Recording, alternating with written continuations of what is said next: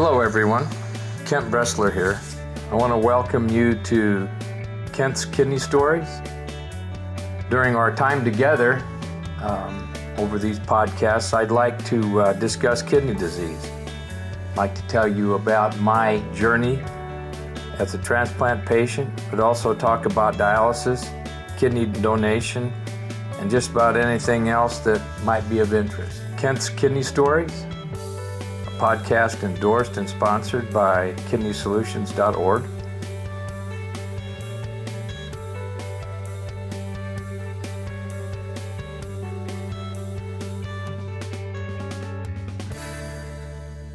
Hello everyone, this is Kent Bressler, coming to you from the offices of Kidney Solutions, a network of transplant experience in hot Kerrville, Texas.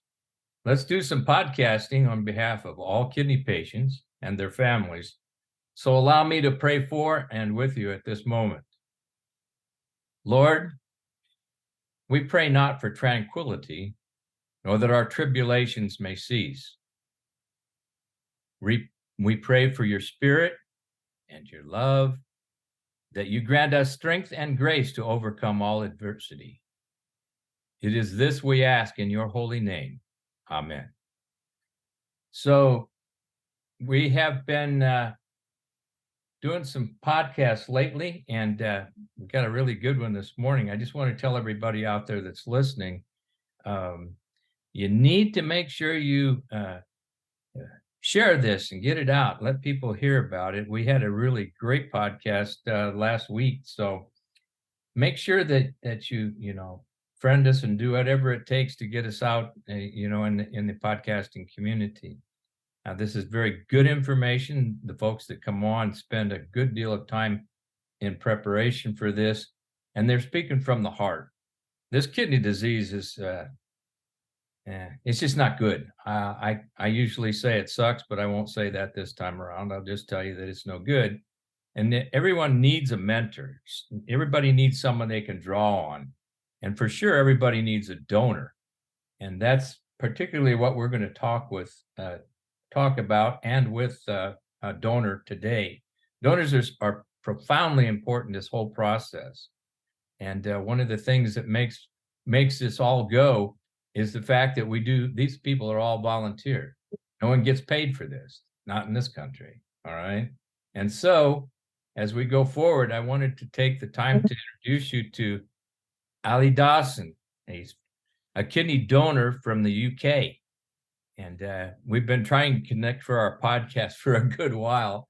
And so he's currently in Turkey on holiday, whatever that means, for what I'm not sure, but we're going to ask him today. And this is going to be a free-flowing conversation with Ali because I think I found a new friend here. Ali, how are you this morning? I'm good, thank you. How are you? I'm doing fine.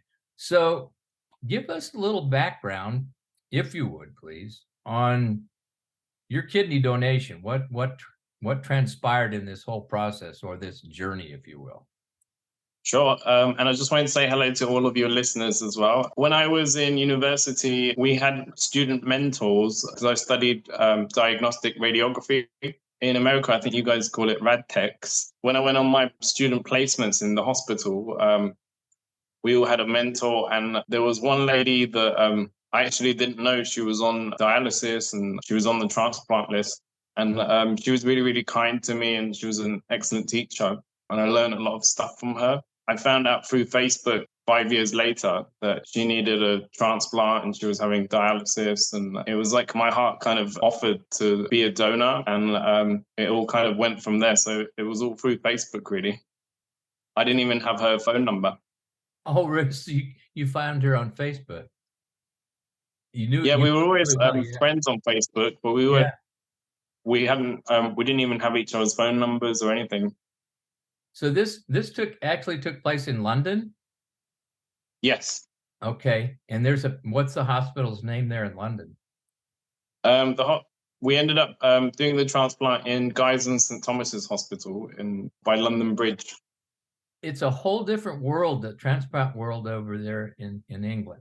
I've had a friend who's from Ireland, and he was transplanted couple times, and it's totally different. I think it mimics a lot of what we do here, but tell me how that whole process works. Did you just call in and say, I want to be a donor for such and such, or how did that work? Well, the first part of the process was we have living donor coordinator nurses. So once I told her I wanted to see if there's any chance I could donate, she put me in touch with her living donor nurse. And then they kind of get the ball rolling. They do all the blood tests and tissue matching and everything to see if you're a match. Right, right.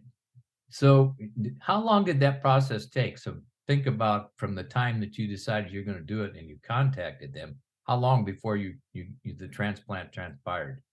I think about 6 or 7 months. Wow. Okay.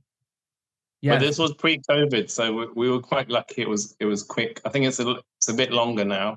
Okay. So, I think that's a predominant issue that we're having is that it does take quite a while to get through and get transplanted. So Mm. that's an area here in this country that I think needs to be streamlined, but I'm not the one who has the answers for that. So tell me, how is she doing? She's doing really well. She's doesn't need to do any more dialysis, and Oh, she's able to live a normal life and go on holidays. And it's really great to see her progress and being a part of it.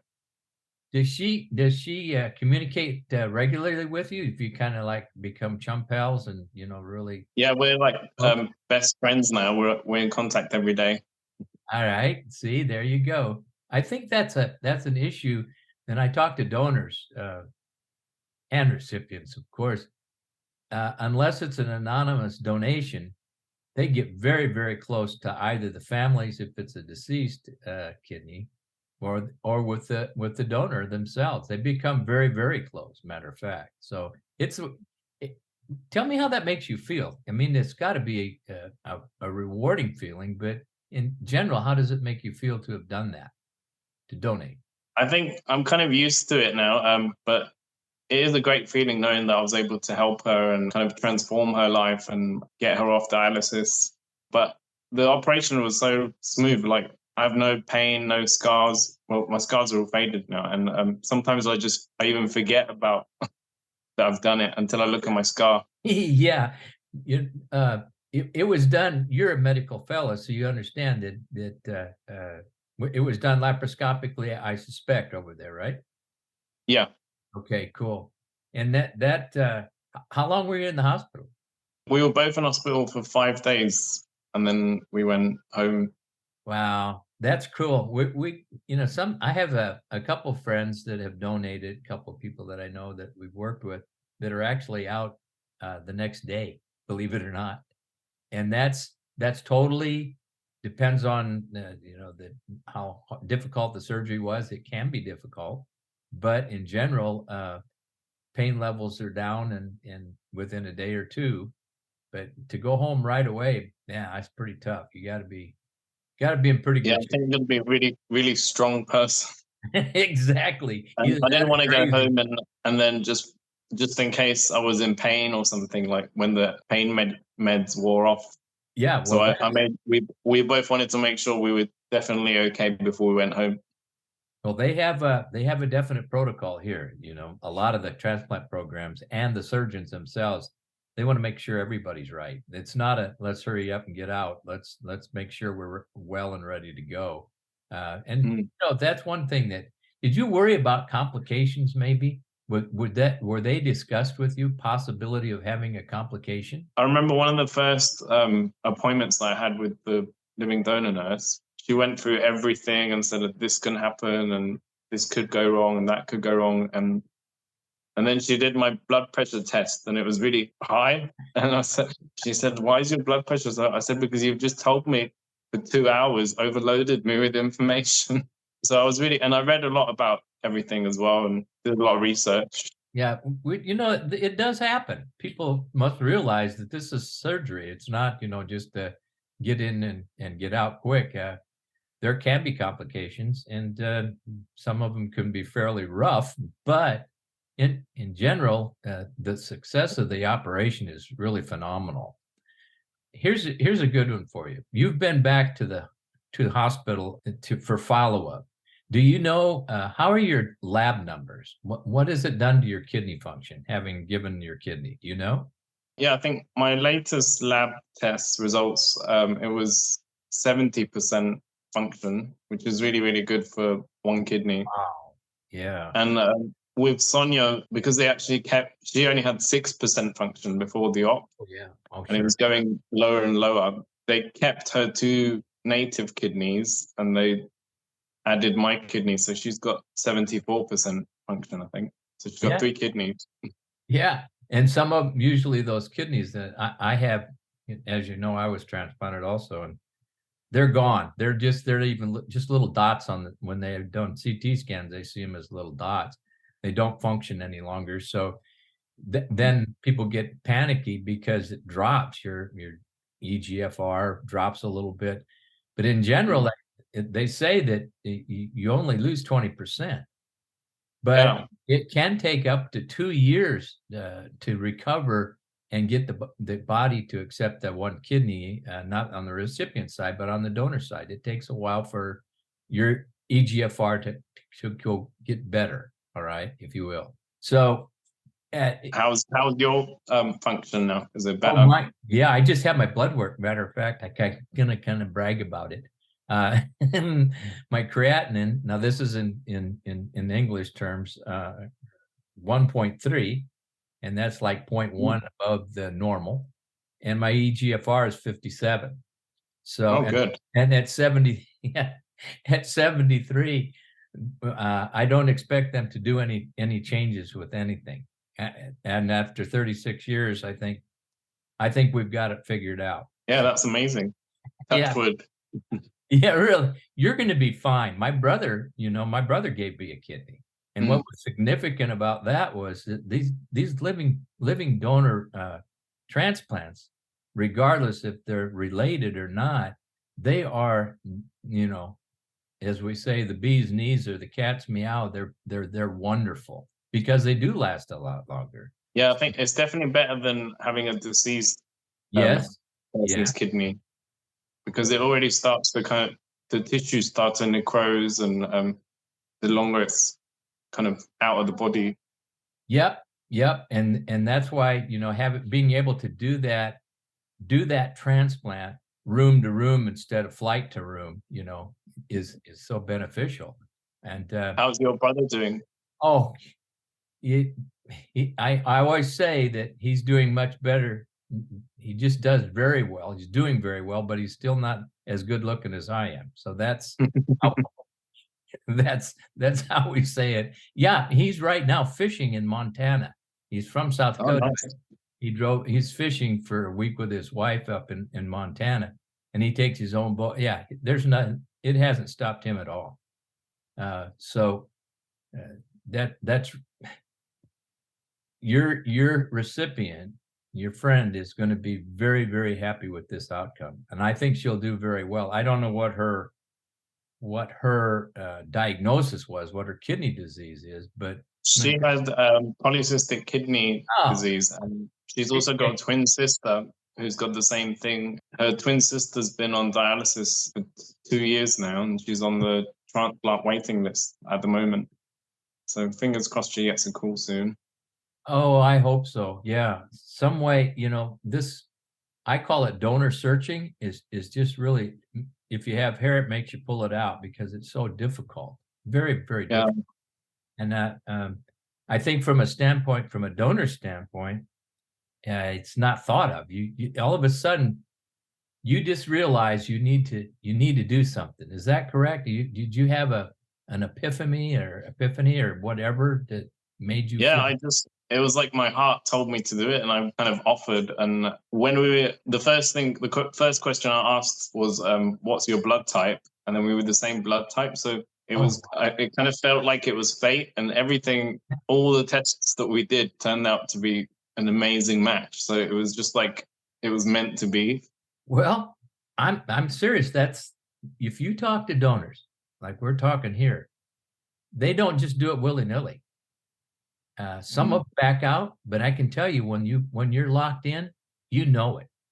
Would you say that's But probably? in the UK, it's really, really good system. They have you have to speak to a psychologist, and even all the nurses and all the consultants you see, they tell you at any time if you change your mind, you can opt out. It's not like you're locked into it. Yep. So it's good that they don't put any pressure on you as well. That's why they do it here in the States too. Matter of fact, right up to the time you go into surgery, they're asking you, "Are you still Mm. okay with this process?" Because it's okay if you decide you don't want to do it. Please And tell us. they even had in the UK, I think it's a new thing. Just before we went into surgery, I had to sign a form that said, "What would you do if we've taken your kidney out? The recipient is not well. Do you want us to give it to like somebody else who's on the list? Do you want us to give it to research? Like, what do you want to do?" So I think it must have happened at some point for them to come up with a form Oh, to wow. cover their backs. So So, yeah. that was quite a weird one when I had to sign the form, and then I just said, "Well, you've already taken it out. You may as well give it to the next person." And then I quickly signed it. Yeah, yeah. See, that's really interesting. It's kinda hard for me to wrap my head around that. You know, I guess something did go wrong. I mean, they wouldn't Yeah, I think like no maybe one would somebody think of that. somewhere had like a infection, or they had a high temperature or something, and they couldn't donate, Yeah. and then come up with this form. Yeah, or they could have gotten into surgery, you know, Yeah, and actually had your kidney ready and got in, and there was something seriously wrong with the individual that they yeah, hadn't picked up on testing and or CT or whatever. There could have been no matter. I don't think it'd be very often that you do it. That infection would probably be the biggest one, not knowing, but mm, gee, wonder, Anyway, that's cool. That's a good one. We're uh, here in the States, we always say, and don't pass up a kidney. We tell our recipients, don't pass up a kidney. If you're looking for a living donor and they call you from the hospital and you're okay with the description of the organ, go ahead and take it. And yeah, that's I think that's probably the way it is with there in the UK also. They call you. You yeah. don't do they? Yeah, I've heard from other people who've been on the list, and also Sonia's twin sister Susanna, who's on the list. She's got her phone with her like all the time, and if she gets a call wherever, no matter where she is, she has to go to the hospital. And currently, there's 7,500 people on the list in the UK waiting for a transplant. So Over it's 100,000 here. oh wow, Under over 100,000 people here, and mm, 90 roughly 90,000 plus are kidney patients. So yeah, I mean, this donor situation, it's tough. Do you advocate for living donation? Do you talk to people about it? Do you go into any yeah. seminars? There was actually an American lady who's here now, called Katie Portal. She started the kind of ambassador program in America, and then she came here, and she's done the same thing here. So it's a organ donation ambassador role, which is a voluntary role. She hired, well, not hired, kind of like it's a voluntary, but we Recruited. had to interview for it, and it was like a job interview. Like, Yeah, why do you want to be an ambassador?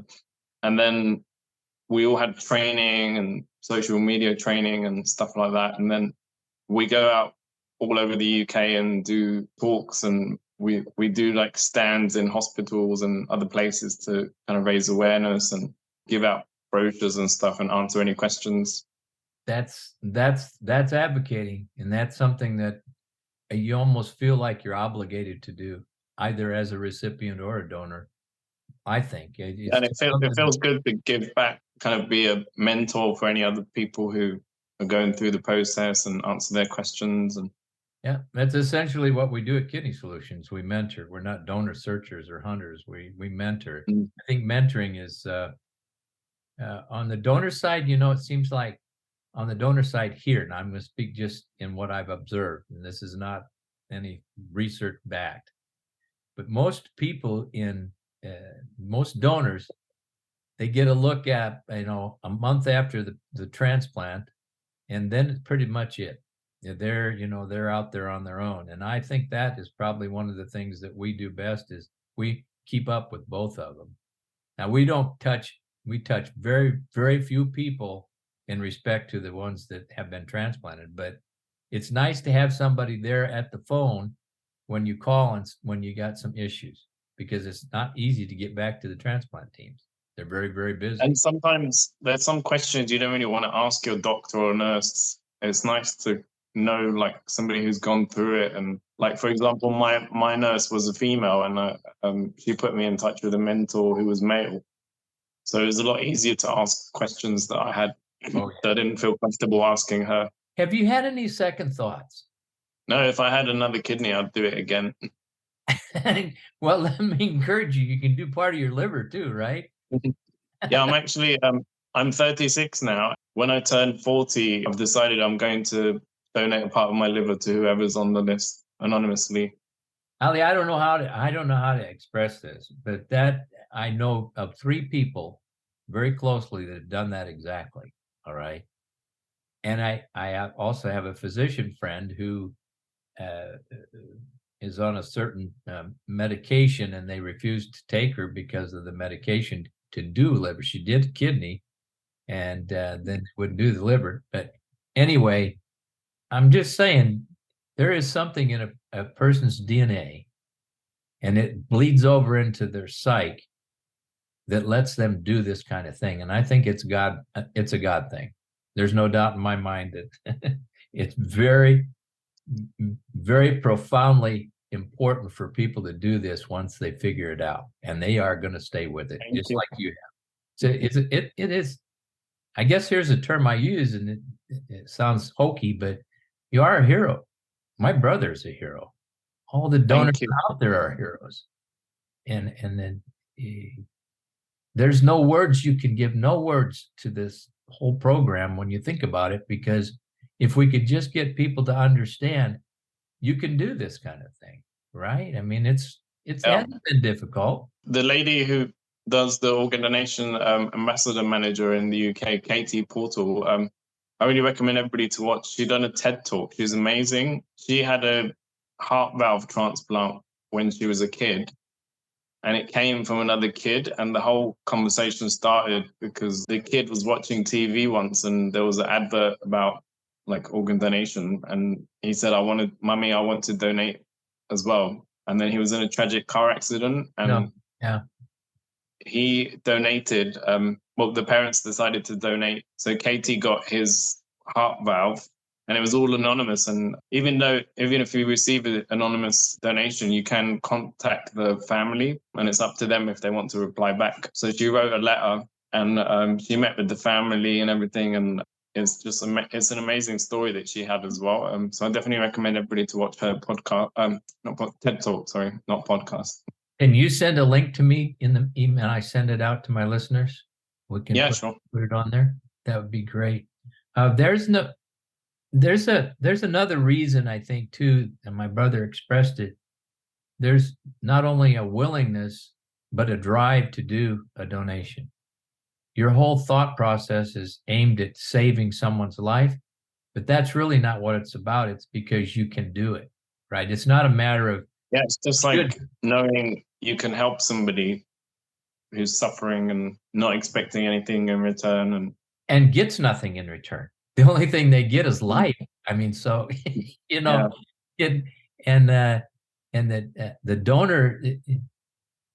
donor is really not at a high risk of all the surgeries that go on in the world. This is probably one of the safest that there is out there. And the great thing is, because you have to do so many tests, like a CT scan, MRI, ultrasound, nuclear medicine test to check your kidney function, if, God forbid, there is something wrong with you or your kidneys that they don't know about, or any part of your body, it's really good that this whole thing kind of helps pick it up instead of you not knowing about it and then it becoming too late. Yeah, it smolders and gets out of hand. I've heard from the nurses that they've helped so many people. I mean, I know it means they can't donate, but the good thing is they were able to, if they had cancer, for example, they caught it a lot earlier and they were able to have treatment earlier. Yeah, a donor's exam for transplant is probably the highest physical exam and the most thorough exam you could ever take. It's not a Yeah, curse. It's really, really it big. was so, especially with here, they do a psychologist, and then you have to meet somebody from the Human Tissue Authority, and they interview you and if you know the donor, they interview you and the donor, not donor, the recipient, sorry, and the donor together. They even ask you, are you getting any money from this? Are you going to get like a free holiday? Have they promised you a free house or something? Because in some countries, it is actually legal to get money for it. So they try and fish the people. Yeah, where I'm from in Iran, you actually in the street, you see posters and it's a kidney for sale, call this number. We get that a lot. It does happen. Yeah, we get that a lot here at Kidney Solutions.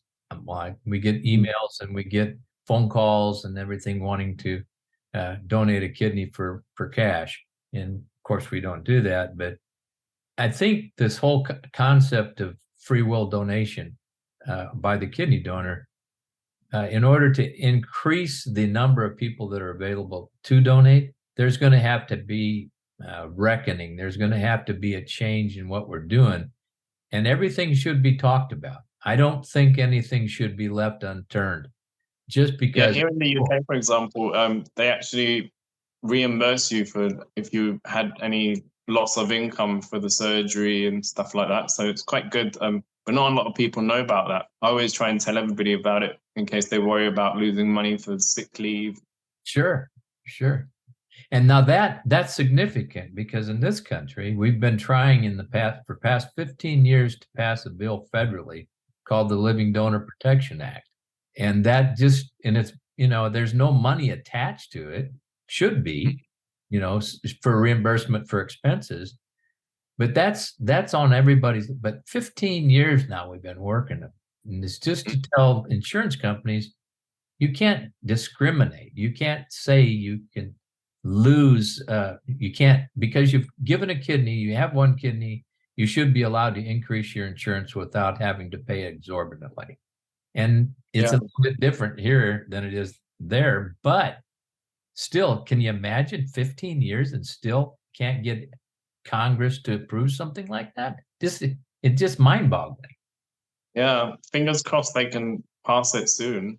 Yeah, well, that would definitely help with more donors over there, wouldn't it?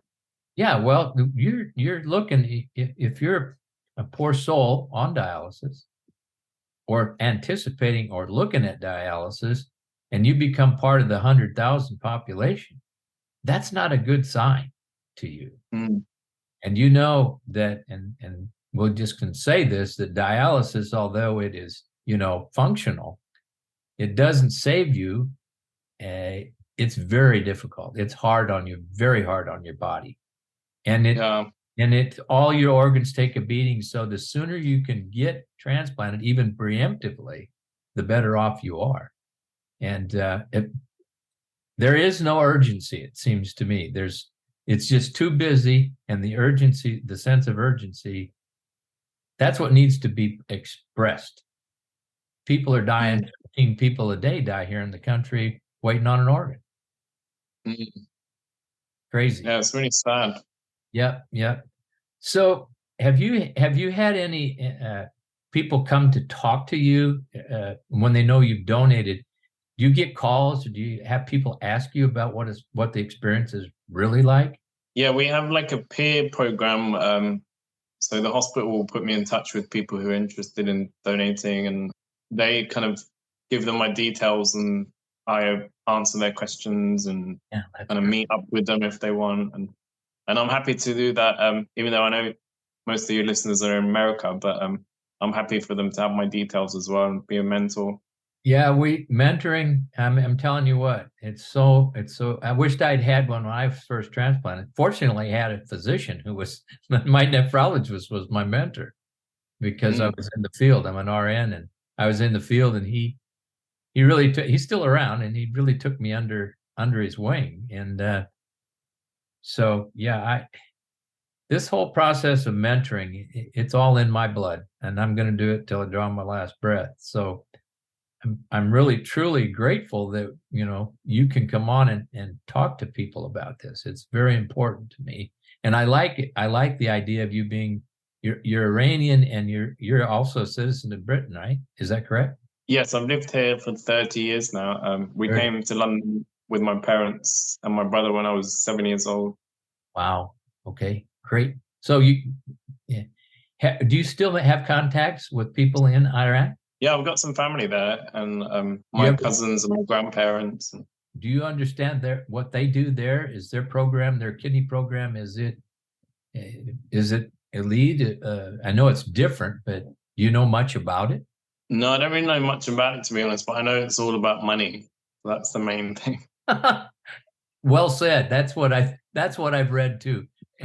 And No, even my own parents, when they found out that because I didn't tell my parents until I'd actually gone through the tests and knew that it was a match, because I knew Iranians are kind of drama queens, so I knew there was going to be a big drama once I told them. So I didn't want to tell them until I knew it was definitely a match and it was happening. My own parents said, "Well, how much money are you getting for this?" that's And I had to explain. It took ages for me to explain and say, "No, in this country it's illegal. You don't get any money. This is not how it works." yeah, yeah, yeah.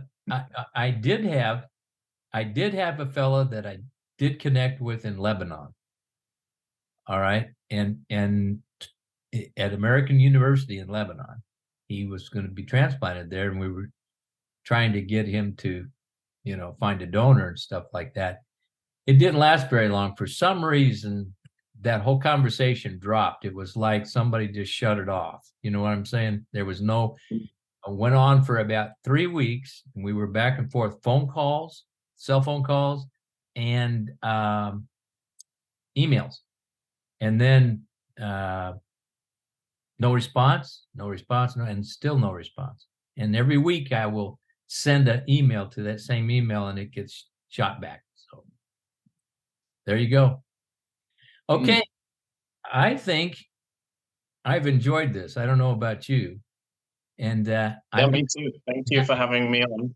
yeah, I've got a list of people, and I want to, you're on it now, whether that's good or bad. It's a good list, and I'm going to tap you because every once in a while comes in through our, we'll get somebody from the UK, and I'm going to use your information. If it's okay to drop your email, I'm going to send Yeah, it. sure.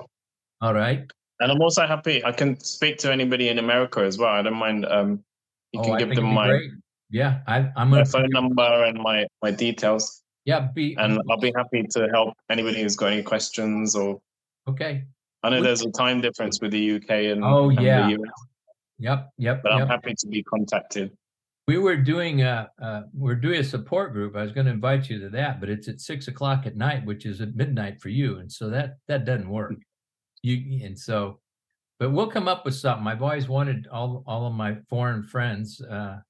I would like to have, you know, some type of just a group meeting at some point in time. I have about 12 people that are from different countries, and I don't know how I'd coordinate it.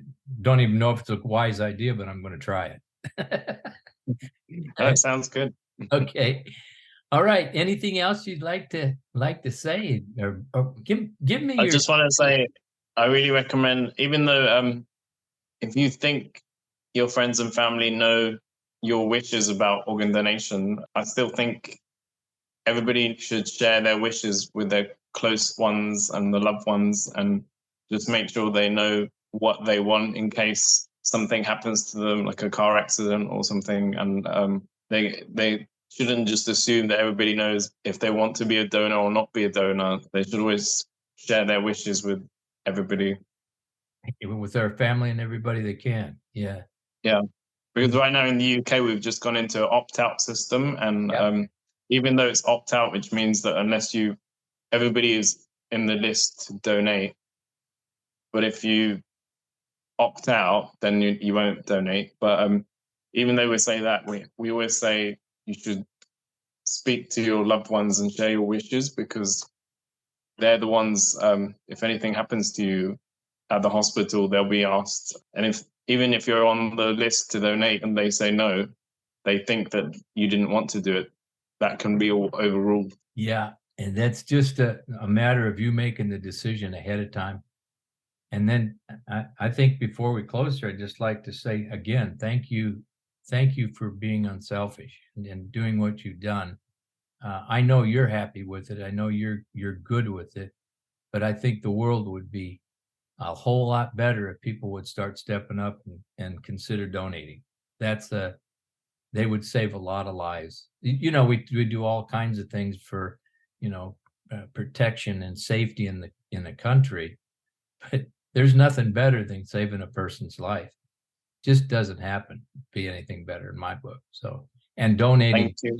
yeah. So thank you. I really do appreciate you.